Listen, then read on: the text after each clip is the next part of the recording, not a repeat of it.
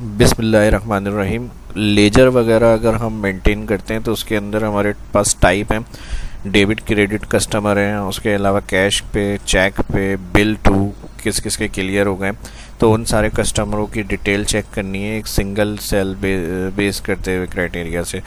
तो जो हम कैश लिखें तो जितना हमारे पास डेटा बेस में कैश वाले कस्टमर्स हैं उनका एक रिकॉर्ड आ जाए, इस तरह से चेक करा जा रहा है। तो ये किस तरह से बनेगा पहले देख लें और फिर कौन से फार्मूले यूज़ होंगे ये मैं बताऊंगा आज की इस क्लास के अंदर। अब जैसे यहाँ पर एक हमारे पास शीट बनी हुई है, फ्रंट शीट है ये, और इधर हमने मैंने एक सेल सेलेक्ट करा हुआ है। अभी इसमें ड्रॉप डाउन बना लेंगे। फिलहाल अभी मैं डायरेक्ट टाइप कर रहा हूँ जो भी हम टेक्स्ट लिख रहे हैं यहाँ पर उस कस्टमर का डेटा मेन शीट के अंदर से। ये हमारी मेन शीट है, इधर से जैसे एक पेमेंट टाइप का कॉलम दिया हुआ है। अब इसमें अलग अलग डेटा एंट्री हुई हुई है, रो डेटा है। उसके अंदर से हम अगर चेक वाले देखना चाह रहे हैं तो सारे जो चेक वाले हैं रिकॉर्ड, इधर चेक लिखने से सारा रिकॉर्ड चेक वालों का आ जाए। कैश लिखा हुआ है सारा कैश का आ रहा है। अगर डेबिट क्रेडिट लिखें तो डेबिट क्रेडिट का आ जाए। इसी तरह मैं अब चेक करके दिखाता हूँ। एक बिल टू का अगर मैं लिख रहा हूँ तो देखें सारे के सारे रिकॉर्ड बिल टू के आ गए कस्टमर्स के। तो ये किस तरह से हो रहा है, एक कॉलम्स के अंदर जो हमारे पास मल्टीपल एंट्रीज हुई हुई हैं उन सभी का डेटा एक्सट्रैक्ट करके हमें यहाँ लाना है।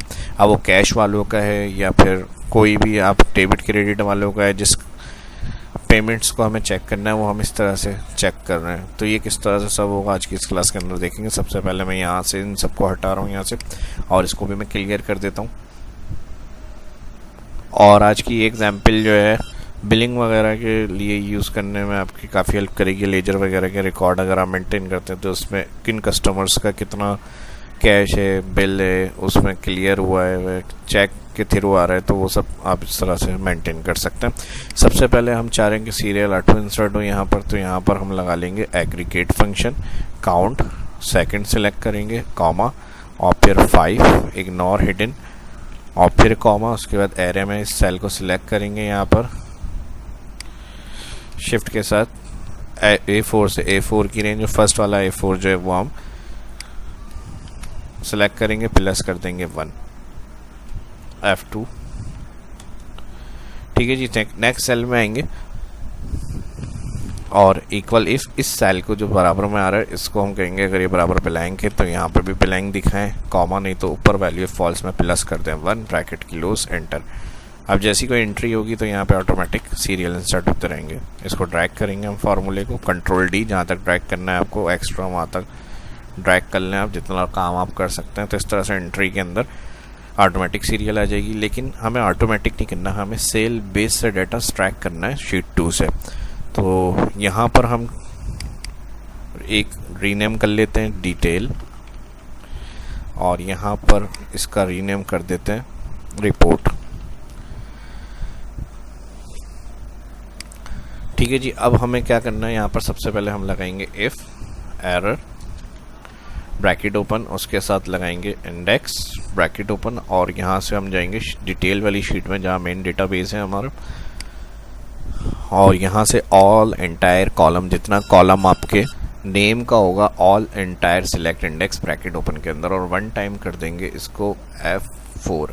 उसके बाद हम लगाएंगे कॉमा, यहाँ पर इंडेक्स के साथ आ जाएगा ये रॉ नंबर में हम एग्रीगेट को यूज़ करेंगे ब्रैकेट ओपन। अब यहाँ से जो फॉर्मूले चल रहे हैं लिस्ट वाइज नंबर वाइज चल रहे हैं, तो इधर हमें स्मॉल यूज़ करना है, तो इसके लिए हम 15 सेलेक्ट करेंगे, टाइप कर लें इसको कॉमा। उसके बाद नेक्स्ट सेक्शन आएगा 1 2 3, तो इधर से हम 6 वाला सिलेक्ट करेंगे, इग्नोर एरर वैल्यू। तो यहाँ पर 6 कैटेगरी सिलेक्ट, और उसके बाद कॉमा 1 के साथ इसको हम डिवाइड करेंगे ब्रैकेट ओपन, और यहाँ से हम ऑल जो पेमेंट टाइप आ रही है all payment type select column. ठीक है जी। हेडिंग सिलेक्ट नहीं होगी, जहाँ से डेटा एंट्री स्टार्ट हुई हुई है वहाँ से लेके एंड कॉलम तक जहाँ तक एंट्री होंगी वो सारा कॉलम सिलेक्ट, और इसको हम कर देंगे 1 टाइम F4, और यहाँ पर हम कर देंगे इसका बराबर है। अब बराबर है किस सेल के, इसके लिए हम रिपोर्ट वाले सेल को टारगेट करेंगे। यहाँ पे जो लिस्ट आएगी यानी जो भी नाम सिलेक्ट हो रहा है बराबर है इस सेल के, तो इसको भी हम F4 कर देंगे 1 टाइम। यहाँ पर इसका यहाँ पर कर देंगे ब्रैकेट क्लोज, और कंटिन्यू होगा आगे फॉर्मूला अगेन ब्रैकेट क्लोज के बाद मल्टीप्लाई का साइन, और मल्टीप्लाई के साइन के बाद ब्रैकेट ओपन अगेन, और रॉ फार्मूला आ जाएगा यहाँ पर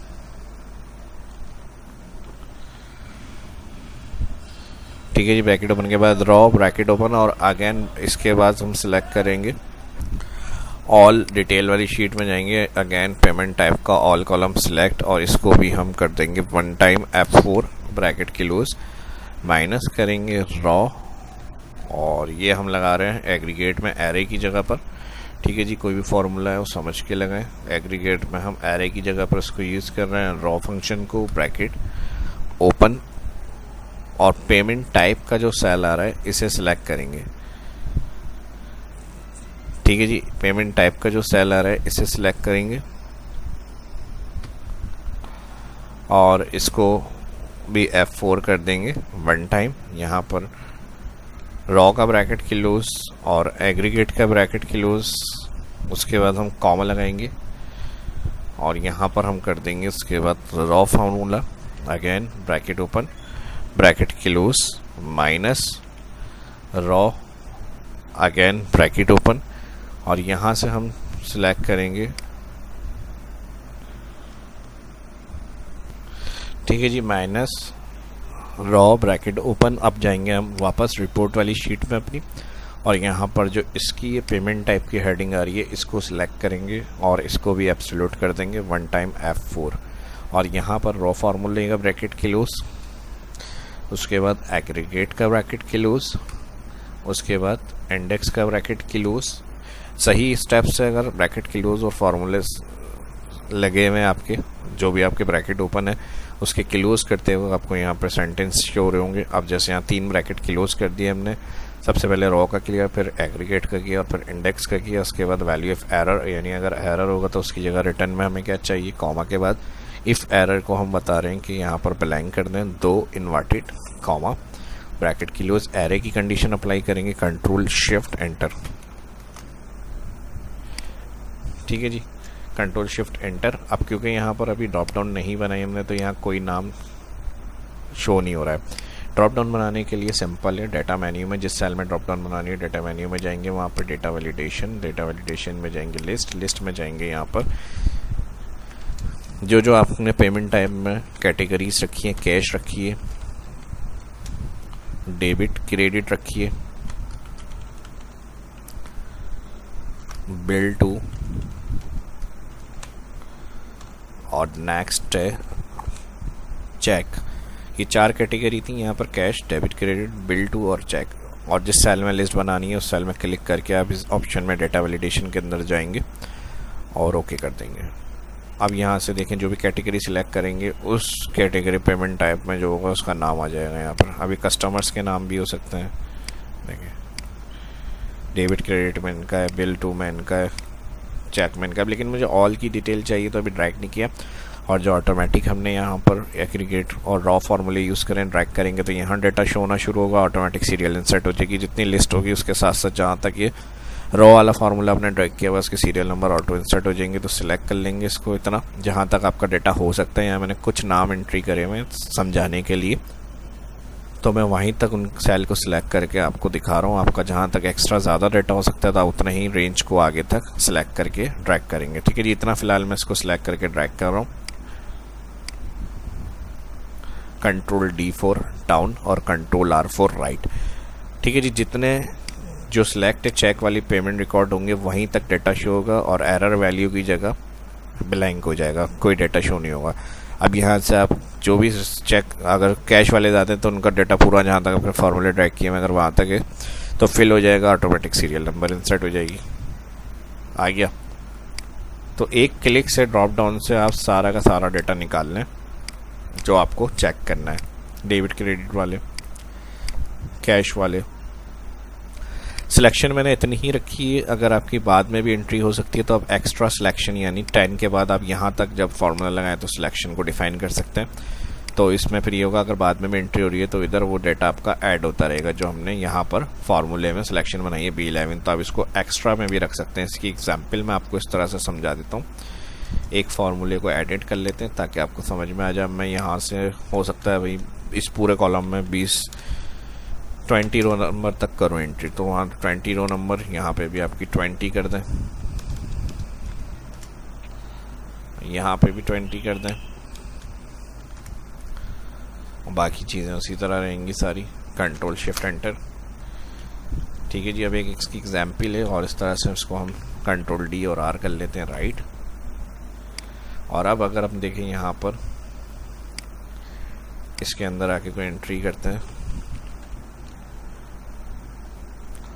और यहाँ पर इनकी आईडी आ गई और यहाँ पर 500 और कैश। ठीक है जी, अब ये यहाँ पर नौमान की एंट्री वहाँ पर रॉ नंबर में ऐड होनी चाहिए, इसको हम बॉर्डर कर लेते हैं। आगे तो इस तरह से ये फ़ायदा होगा, एक्स्ट्रा सिलेक्शन में जो भी आप एंट्री करते रहेंगे, कैश की होगी, जो भी होगी, जो आपने कैटेगरी सिलेक्ट करी हुई है उसका रिकॉर्ड ऑटोमेटिक यहाँ पर आपको अपडेट मिलता रहेगा। ठीक है जी, उम्मीद करता हूँ वीडियो आपको पसंद आई होगी। वीडियो पसंद आई लाइक करें। मिलते हैं नेक्स्ट वीडियो में। फर्स्ट जो देख रहे हैं चैनल को सब्सक्राइब करें और आने वाली वीडियो के लिए बेल आइकन पर क्लिक करना ना भूलें। शाह इस्लाम को इजाज़त दीजिए। अल्लाह हाफिज़।